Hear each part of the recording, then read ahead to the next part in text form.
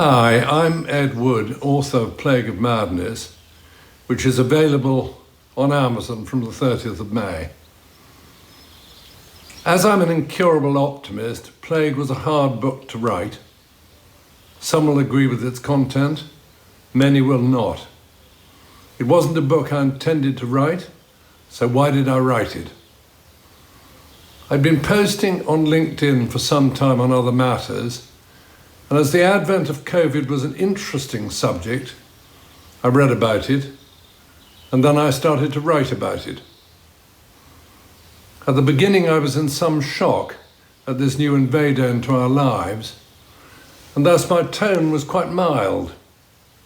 After a few weeks, I became increasingly surprised at how incompetently our government had handled the crisis from the first beginnings of it. I watched endless talking heads pontificating for hour after hour after hour from their attic offices, their libraries. Isn't it strange how libraries now seem to be a must-have for every self-broadcaster? Or in the case of Matt Hancock, from his privy. If that red room wasn't your privy, Matt, it looked pretty like it. The common message from every one of these was one of utter gloom, hell-bent on keeping COVID fear ablaze, and on ensuring that people complied and kept on complying for as long as the government wanted them to. Under lockdown, there was plenty of time to watch, plenty of time to ponder, as Warren Buffett put it, who would be found swimming naked when the tide finally went out. As I watched ever more closely, the number seen skinny dipping grew and grew. As the death rate continued to rise, my faith in the government plummeted.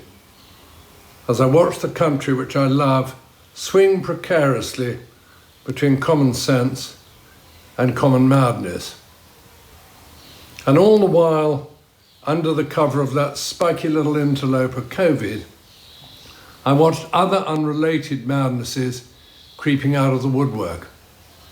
Uncertainty about sexuality, nationality, race, and history being the most prevalent among them, projected against a backcloth of increasing censorship and reduction in our freedoms.